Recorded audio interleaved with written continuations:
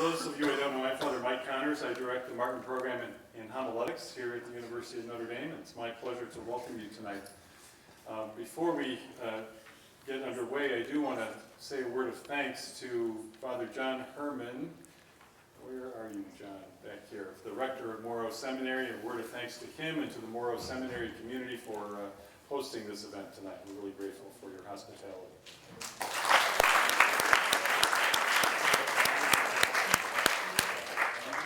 Likewise, a word of thanks to Father Gary Chamberlain, who's the MDiv director. I don't see him here. Oh, Gary, sorry. There he is.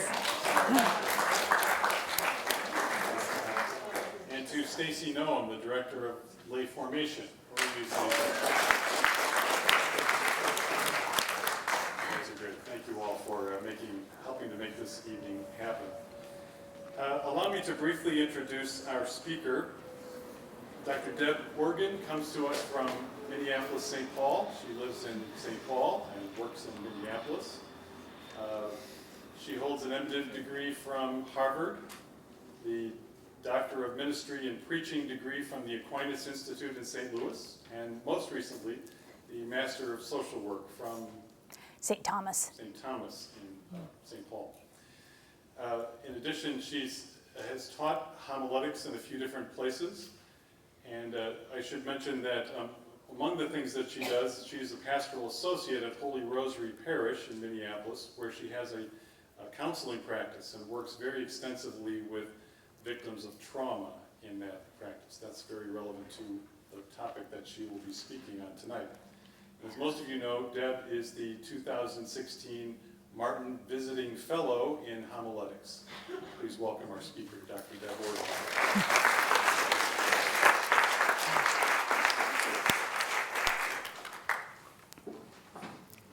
Thank you, Mike. And good evening. I'm glad to see some familiar faces out there. And it's really a privilege and a pleasure for me to be here with you tonight to talk about something that really matters to me. I really am going to ask you tonight to listen carefully so that once I'm finished with the presentation part of the evening, we can have a really lively dialogue. This is a work that I want to continue, and I'm counting on you to be conversation partners with me tonight, to lead me in some new directions. Are you up for it? Yes. That's impressive, given that we all just finished a really nice dinner. Okay. It was August 3rd, 2016. An ordinary day in St. Paul, Minnesota. Angela Marten, mother of 2 and grandmother of 6, was driving east on I-94, the main highway through town, when she saw a young woman climbing the fence at the Dale Street overpass with the clear intention of hurling herself into the heavy traffic below. Marten raced up the exit and ran across the overpass to where the young woman was. "Lord, help me," she said in that moment. "I see her as one of my own." "No, honey, don't do this," Marten pleaded with the woman. And the young woman kept saying, "My mom don't love me. My mom don't care for me." "We love you," Marten said. And she wasn't the only one who felt that way. Other motorists stopped on the bridge and approached the fence. The young woman turned toward traffic and let go of the fence. Just seconds before, though, Marten had reached through the fence, grabbed the young woman's belt and her t-shirt, and hung on.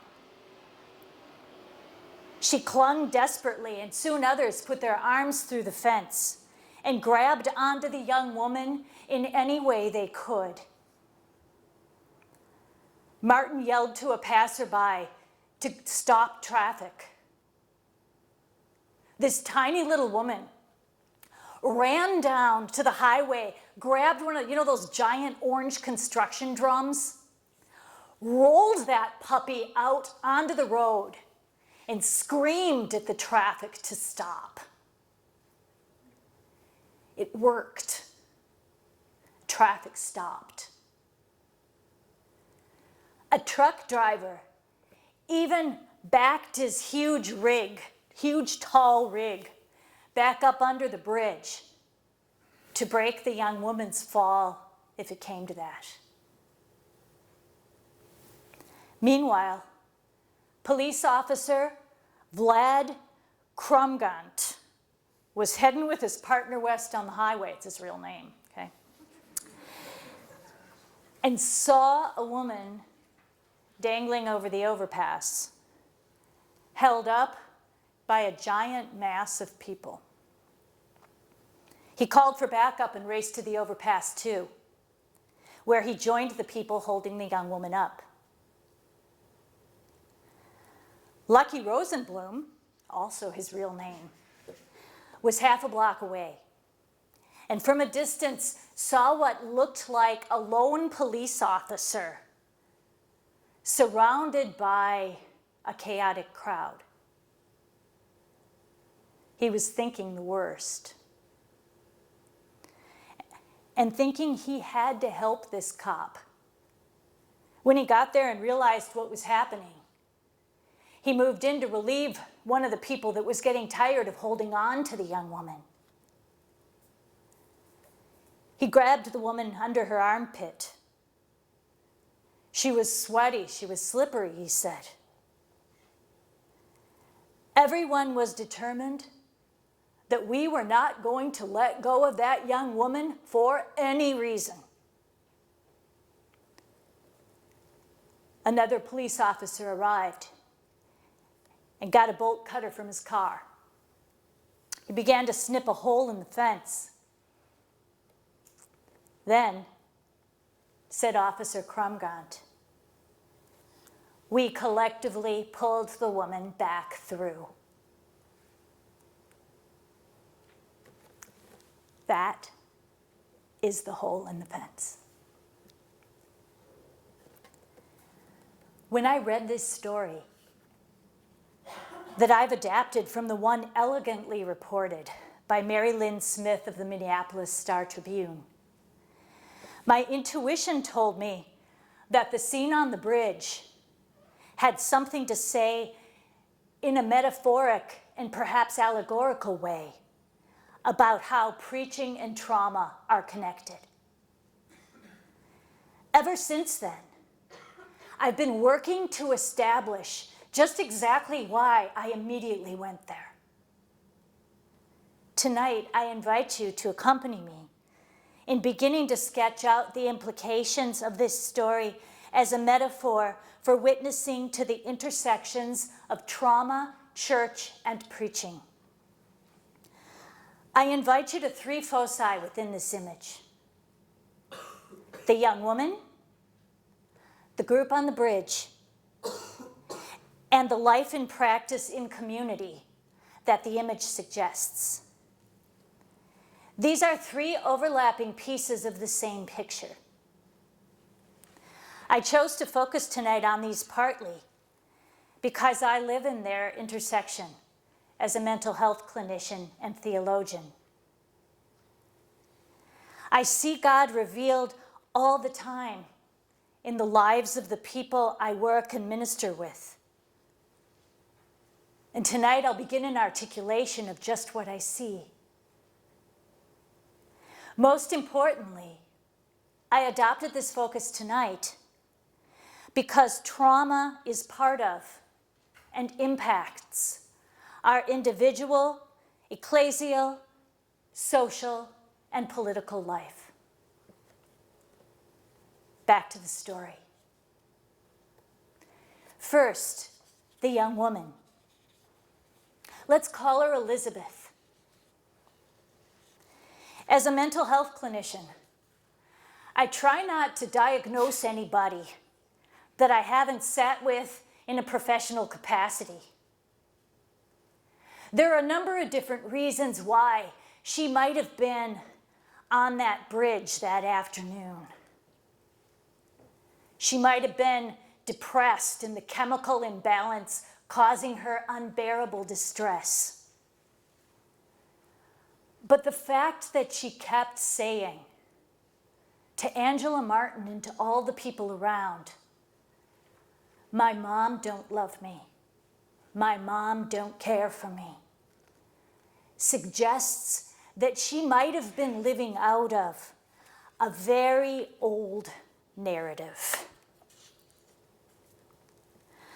For the purposes of this presentation, I'm going to presume that Elizabeth was on the bridge because trauma was part of her life and her experience. And also for the purposes of this presentation, I'm going to define trauma as the reaction to traumatic events. People can have a lot of different reactions to traumatic events. Not everyone is traumatized by traumatic events. But the reaction of trauma is a reaction that negatively impacts the present. Events that, by the eruption into the present of events that are not always accessible to the conscious mind. Someone who's traumatized carries within them, in their bodies and in their bones, the traumatic event. And not always in a way that they can access it. So when I talk about trauma tonight, I'm talking about that reaction.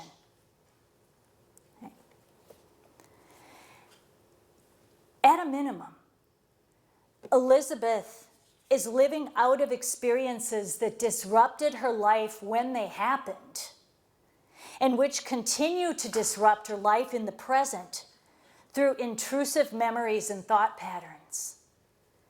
She is, in a concrete way, living the past in the present. Are you with me till there? Okay. One thing that trauma does is completely turn upside down any concept of linear memory. The past intrudes in the present in such a way that the person is robbed of the present because she's living in the past.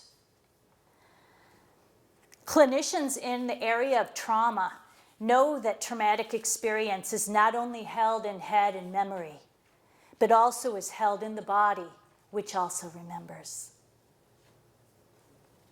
This becomes even more complicated if the abuse or other trauma is ongoing. Elizabeth would likely be more sensitive to current abuse due to the abuse in the past. In fact, living out of the experience of abuse, the abuse itself becomes a lens through which she might see people and circumstances in her life. She would think, for instance, that it was impossible for Angela Marten to love her. Not just because Angela was a stranger, but also because her core experience, both past and present, is one of rejection and fear. That's how she figures everybody's going to treat her. That's how she reacts to the people around her. And these experiences are not just in her head. Elizabeth carries the trauma of rejection, pain, and abuse in her body, in her bones.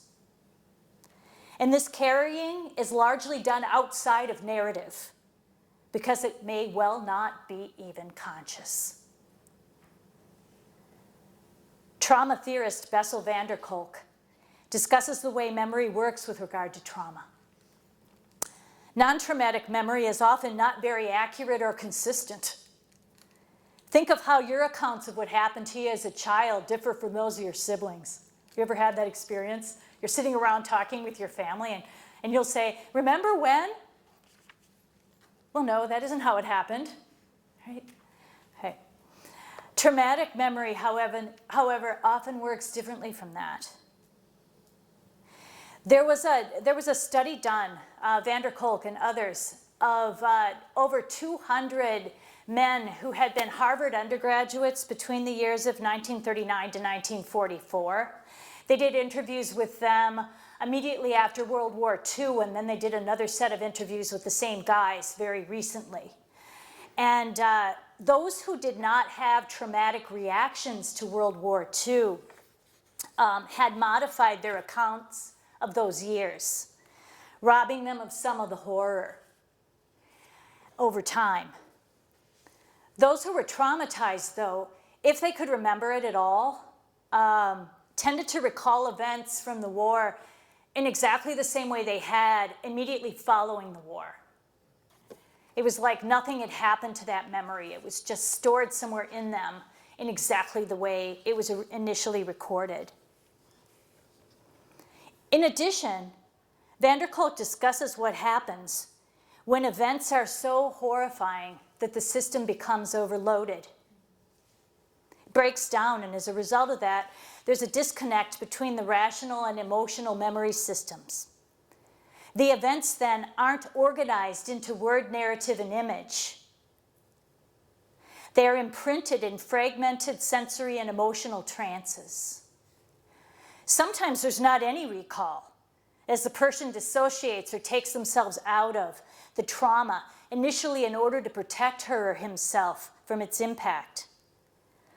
Part of what this means is that traumatic memories are often not accessible to the intellect, and they're often not formed into narrative when trauma overwhelms the system. But they nonetheless intrude in the present, in bodily sensations and unconscious reenactments. Traumatic memory remains frozen in time, often not accessible, and very far from narrative.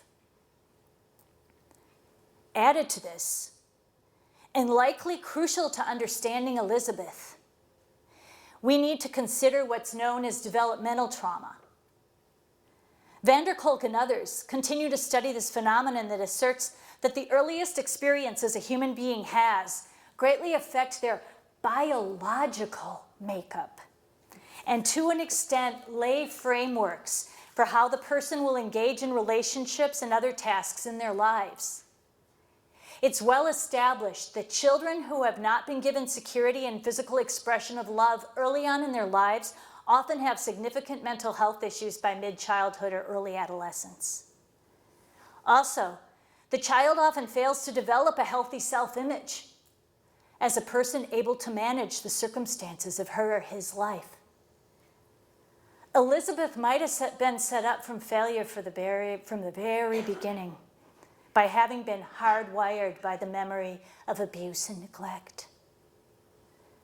Memory, hardwired, lived, sometimes suppressed, present in the bones, is clearly at the heart of trauma. Dangerous memories. Just as trauma erupts and causes disorientation, immense grief, and disconnects the sufferer from his or her own body, from their agency, and from other people, recovery is, in broad strokes, often a complex and nonlinear movement toward narrative, agency, and connection. Healing is to re-script one's life, bit by bit, creating a narrative that holds. And usually this happens in a space that holds the person. And now, we will look at the people gathered at the fence, holding Elizabeth up. The people on the bridge.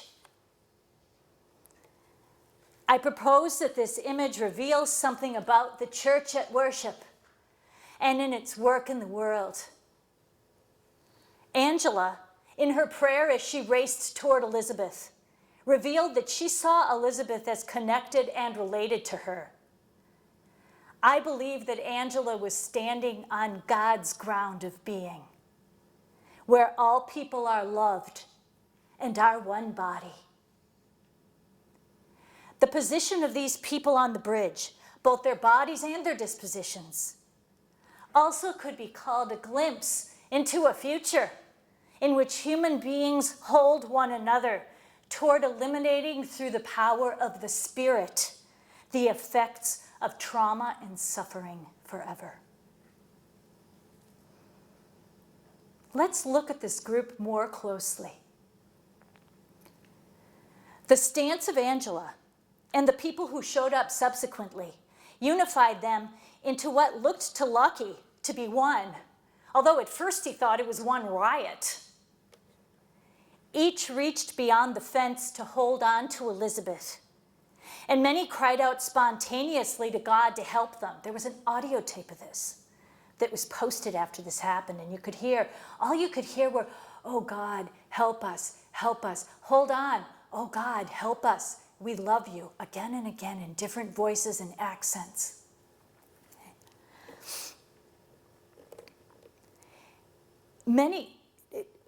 These people knew that by their own strength, they were not going to be able to hold on to Elizabeth for very long. Think of it. No one of them singly could have accomplished what they did as a body. Their actions were very physical.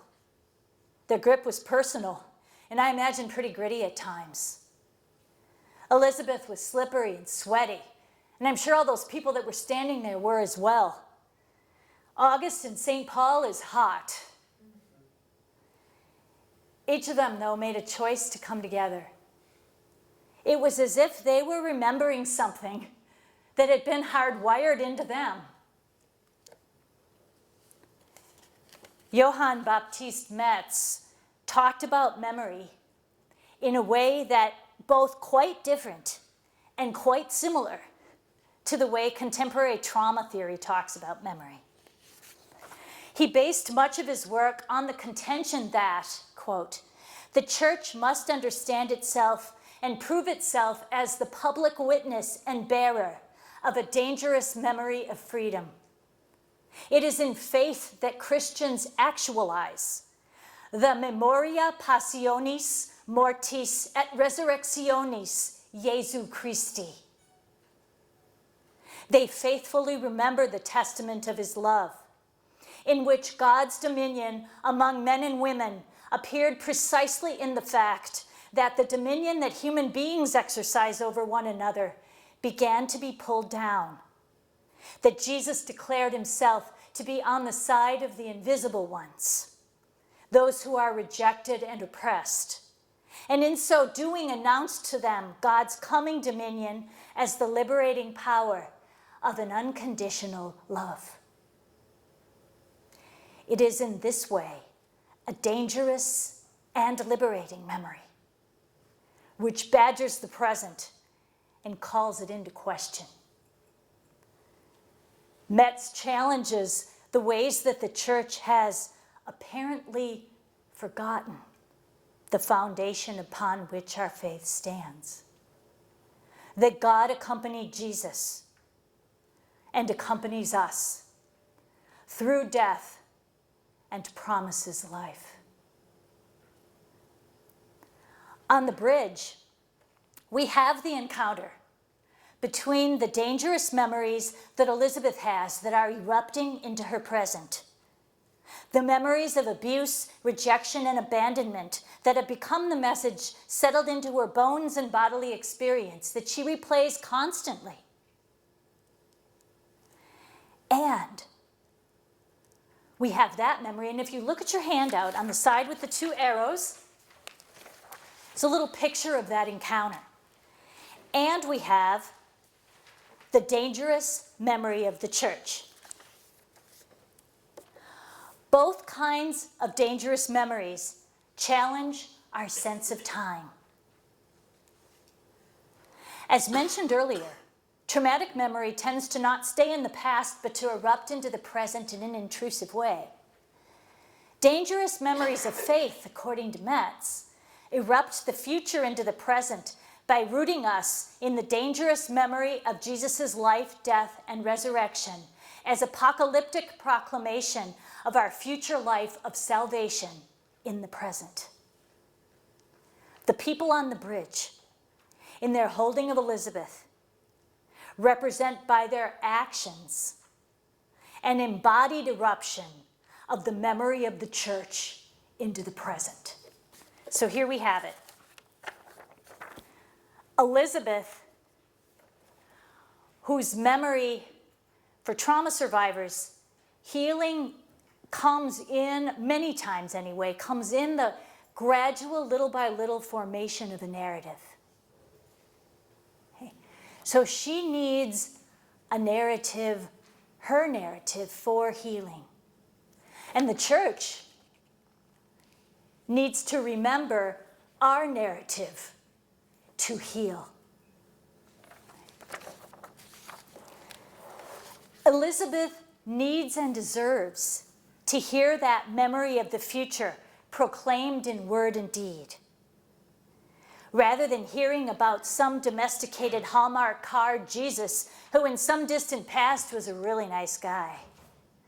Or worse, hearing a message of judgment that further reinforces her sense of self as entirely wrong or bad. She needs the church to be a place and a people who give her kind of a holding space as she struggles to create a new narrative of her own life, a narrative that can lead her through the twists and turns of Holy Saturday to widening glimpses of Easter. Not a Hallmark Easter. No bunnies here. Forming a narrative is often crucial for trauma survivors. Preaching needs to be the coming to narrative of the dangerous memory of the church. Our faith must come to narrative in order to continue to hold and form our community in faith. Both word and bodily presence is necessary. We might not like to look at Elizabeth's anguish. It's uncomfortable, and it may recall feelings that we might not want to remember. Sometimes it's quite inconvenient to remember the Paschal mystery. Metz's dangerous memory seemed to subvert our structures of plausibility, he said. Such memories are like dangerous and incalculable visitants from the past. They are memories we have to take into account. Memories, as it were, with future content.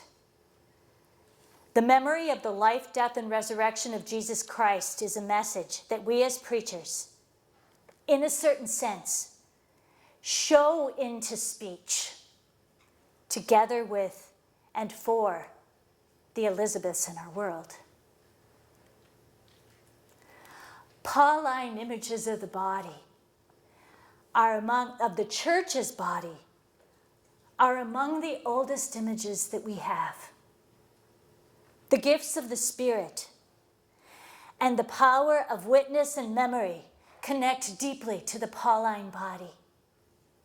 The image of the church as body of Christ was deepened and articulated anew in the Second Vatican Council. Our theological tradition affirms a connection between the wholeness and healing of one member of the body and the well-being of the whole. Mary Catherine Hilkert points out, using the work of Edward Skilobex, that precisely because the Christian message is a living tradition of grace, the mystery of God among us, it must be handed on through the lived experience of the community, as well as through word.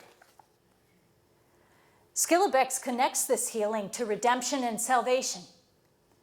Julia Feeder, in her doctoral dissertation from here at Notre Dame, very recently actually, articulates his position well. Christian salvation involves the healing of the whole human person. As Skilobex puts it, Christian salvation cannot be simply the salvation of souls. It must be healing, the making whole of the whole woman and the whole man, the person in all his or her aspects, and the society in which the person lives. Thus, Christian salvation includes ecological, social, and political aspects, although it is not exhausted by them.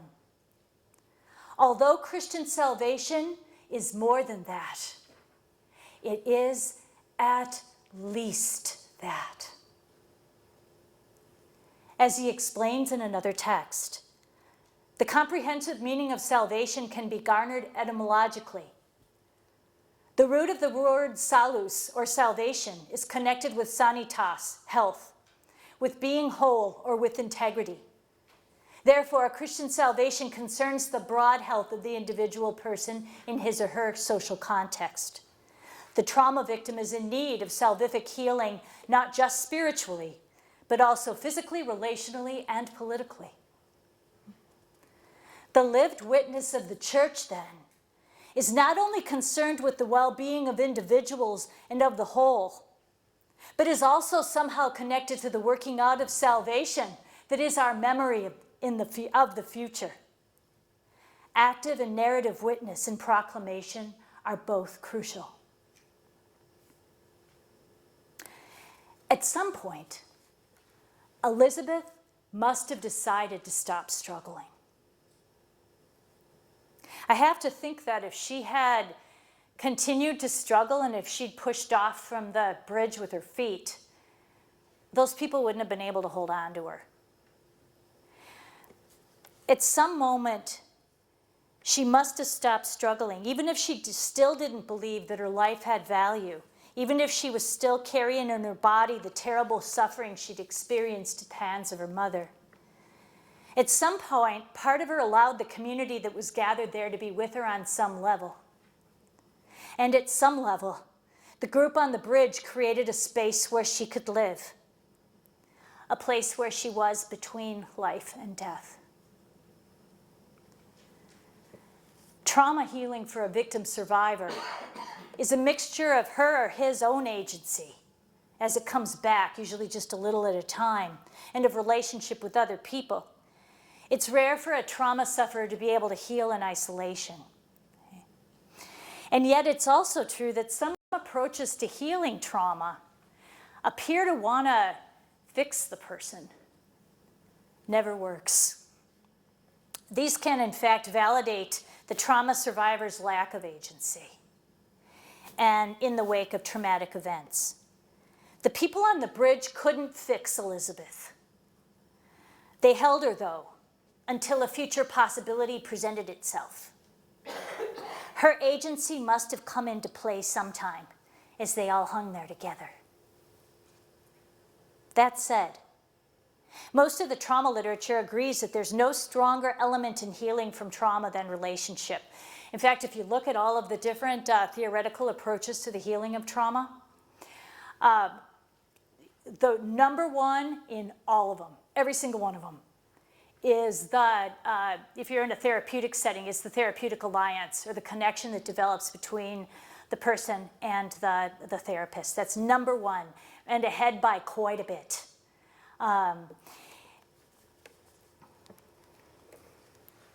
Healthy, mutual, and compassionate relationships serve as a corrective to the violence and dislocation caused by trauma, and can create a space where a trauma survivor can more often inhabit the present than the tortured and traumatic past. Frequently, as a mental health professional, I get referrals from pastoral agents, pastors, pastoral associates, others. And once in a while, one of them expresses relief at getting the person the help that they need. It can feel like, yep, they're yours now. Now I've done what I can to get him, and he or she is out of my hands. Therapy can be really important, even crucial in some situations, to the healing of trauma. But that doesn't mean that the faith community is of less importance. This is key. We have to know at church, as church, that we have a role to play in people's healing together as a community. Relationship helps trauma survivors come back to life, to engage in the difficult path of healing and to gradually rescript their lives. I remember a couple I worked with some time back in the parish. They were dealing with a health crisis, and they were coming through that, and a leader in our parish community invited them as a couple to participate in the marriage preparation ministry in our parish.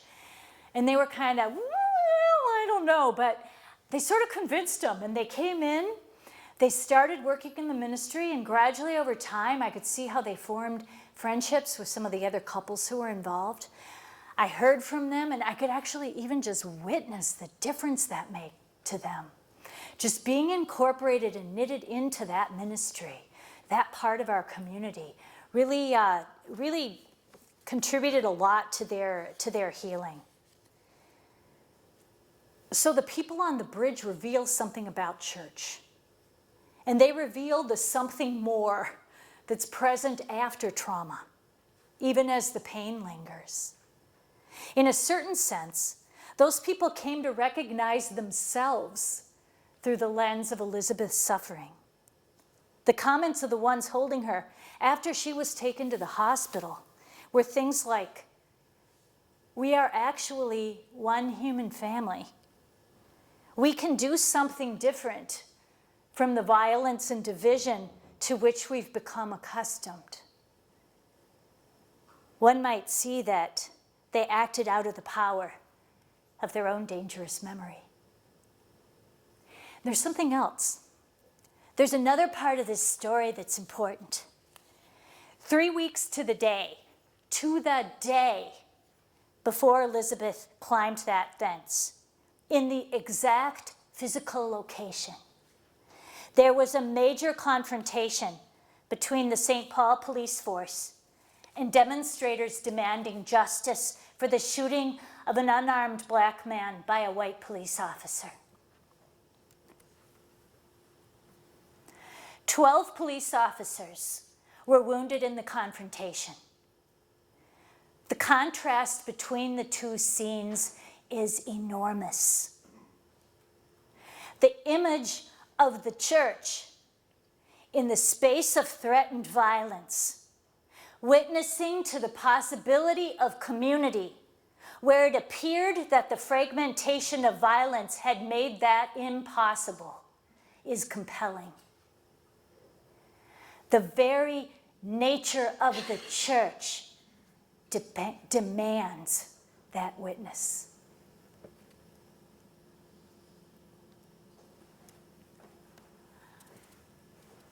Moving to my third focus, the one that begins at the bridge and the fence. There's more to the story of the community holding her up in her desperation. The more defies easy expression, and yet I believe forms the basis for our preaching and proclamation. Theologian Shelley Rambo, kind of an unfortunate last name given what she writes about, argues that rather than being a problem for Christian theology to contend with, trauma is a lens through which the church can see ourselves and reevaluate our theological commitments. I concur with her and believe that there is much insight for preachers in theological reflection on trauma and trauma healing. Rambo opens up the essentially wordless space of what she refers to as middle ground, that, as she expresses it, the what remains after trauma. That space in between death and life that isn't quite death, but isn't quite life. There's kind of an overlapping space there. She concludes that the what remains in that space, in the church's story, is love. She uses remains in her work primarily out of John's Gospel's frequent use of menein, meaning to remain, throughout the Gospel, to refer both to the disciples remaining after Jesus' death and to the Paraclete who will remain with them, making them witnesses. I'd like to call your attention right now to the other side of the handout, the two columns here. I just want you to see how this is laid out in Rambo's argument. And maybe in looking at this, to recognize the value of reflecting on these two stories together. Okay, so we've got the experience of trauma, and then we have the crucifixion. Okay.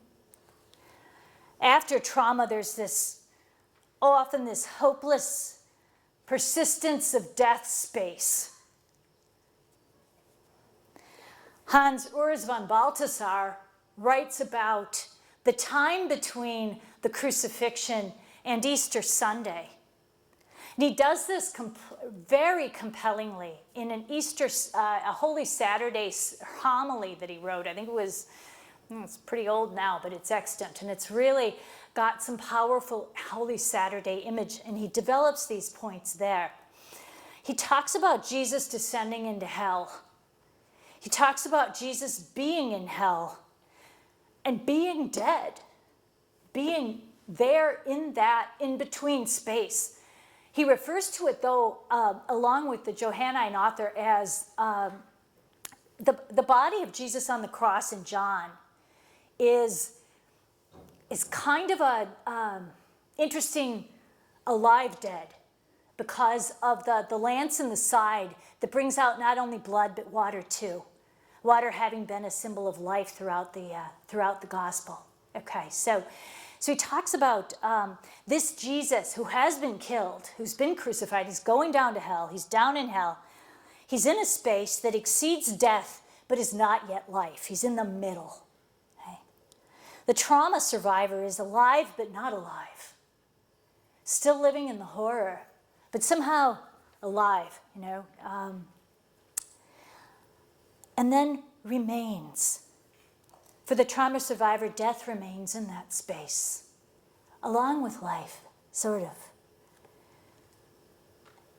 And in our theological story, death remains. Balthasar talks about the spirit as remaining and as witnessing Jesus in hell.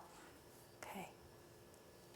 The imagery, look up this homily. I think it's called We Walk Where There Is No Path. Okay. Something like that. Okay. And at first, Balthasar says that the Holy Spirit, or implies that the Holy Spirit strings a thin little string across the abyss of hell for Jesus to get across to the resurrection. And then he kind of backtracks and says, no, actually Jesus is in the abyss, in the place that's impossible to cross through, but that what the Spirit does is hand him the string. Okay. So there's a witness. There's a witness in this place. For the trauma survivor, the witness could take place in a variety of ways. There's a space created, right? It might be with a therapist. Hopefully it's also with a faith community.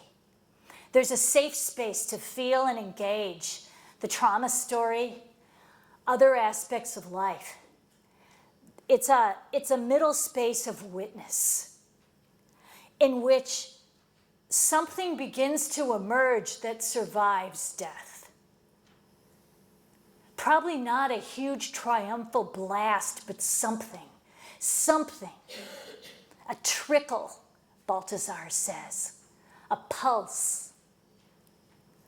Life is redefined in this space where life and death are mixed together. Then as that continuing witness happens, there's an emergence, not in a linear way, but in a gradual,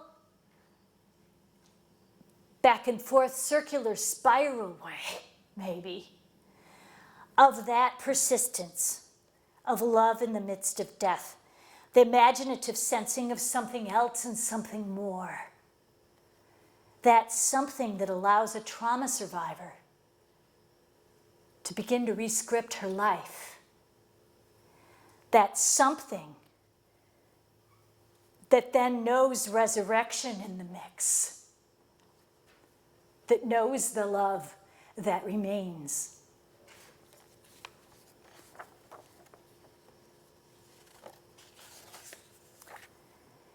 The always mixed life and death of Elizabeth and community is where we continue to construct this story.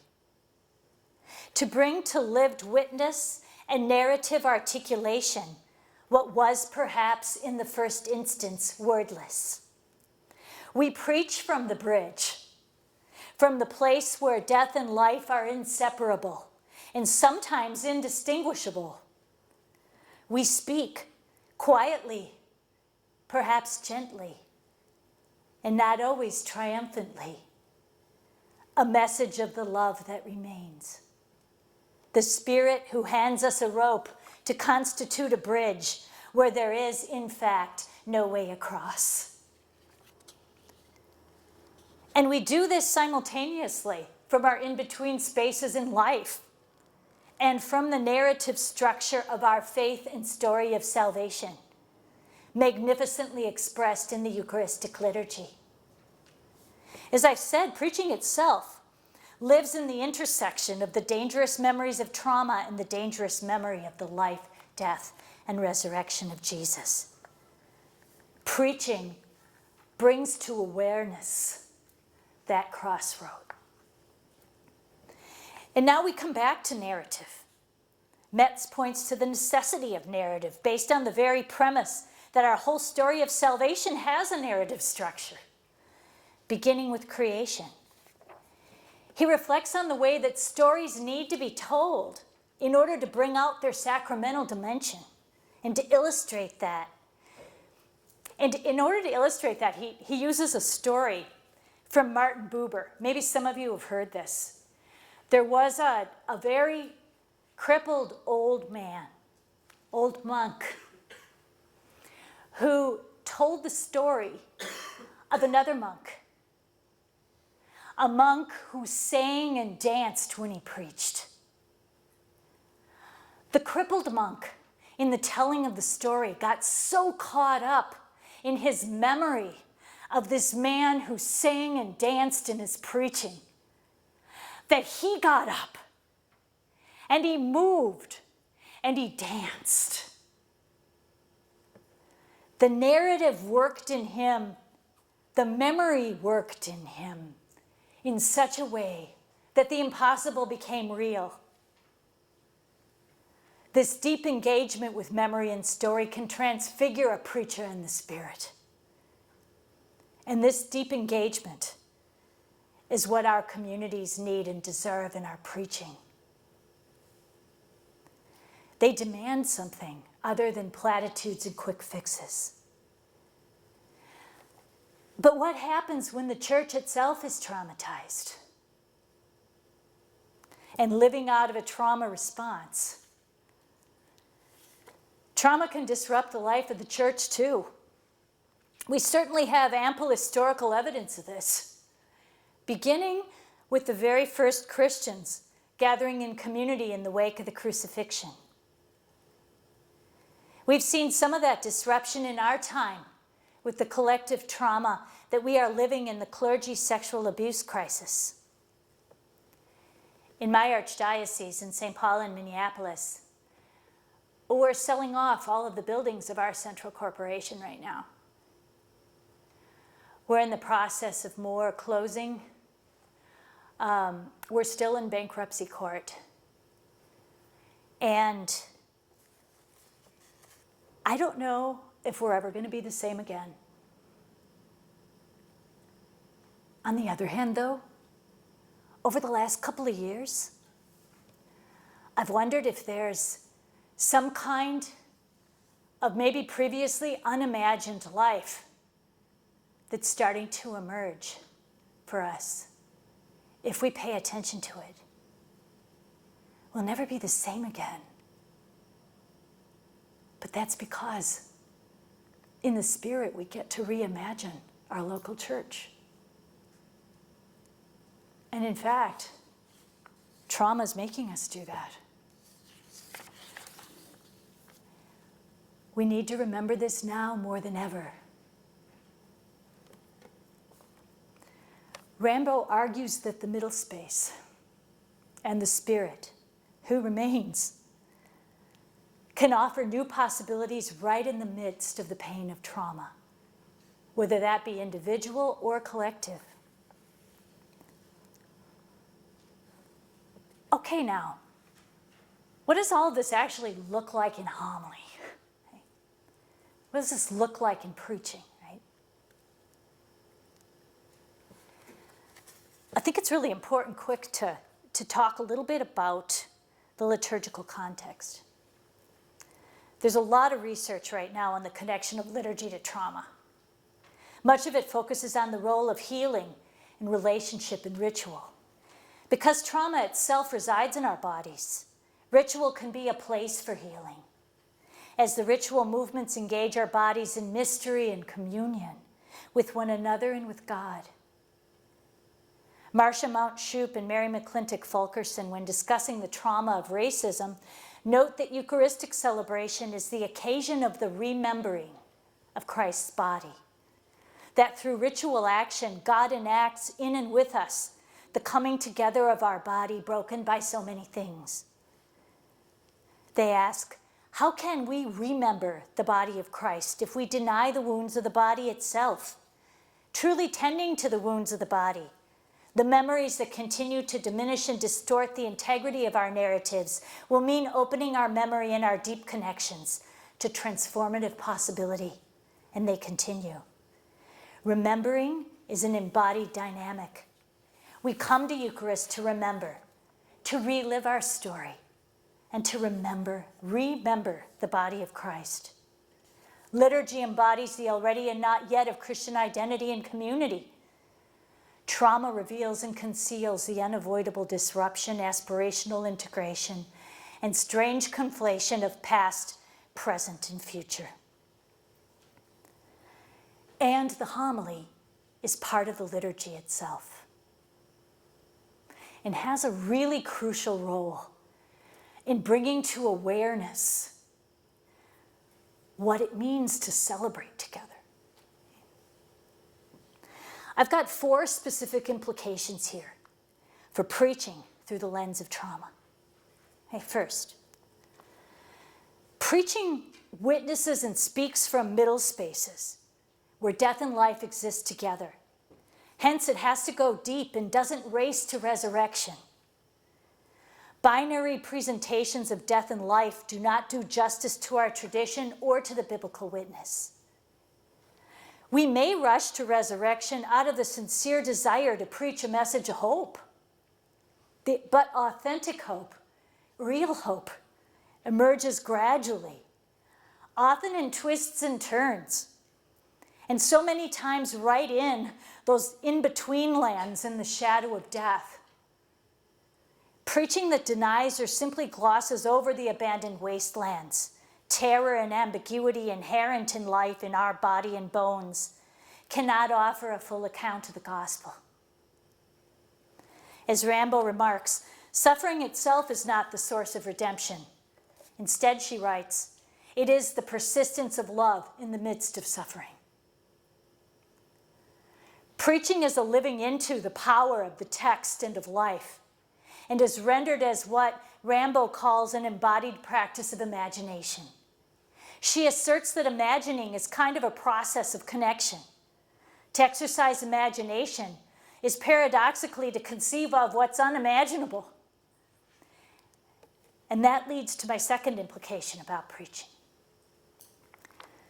Preachers who are sensitive to trauma are in a continual process of learning to be witness to the trauma they carry in their own bones, we carry in our own bones, as well as that of the people in our parishes and society. A preacher, though, doesn't have to be completely integrated to be aware of the effects of trauma. Here is where pastoral life connects strongly to preaching. And here's where the stories you hear and the suffering you accompany form you as a preacher. We have to see it in order to proclaim it. The Triduum of 1988 stands out in my mind. I was in one of the remote farming communities that I was serving as pastoral minister in the parish of Guadalupe, Diocese of Matamoros, Mexico. On Good Friday, we took a large crucifix that belonged to one of the families in this little village, and we propped it up on a chair. It was big. And it wasn't just the divino rostro. It was the whole bloodied and bruised body of Jesus. We set it up on the chair, and then on either side of it, we put a small blackboard and some chalk. We listened to the Passion proclaimed.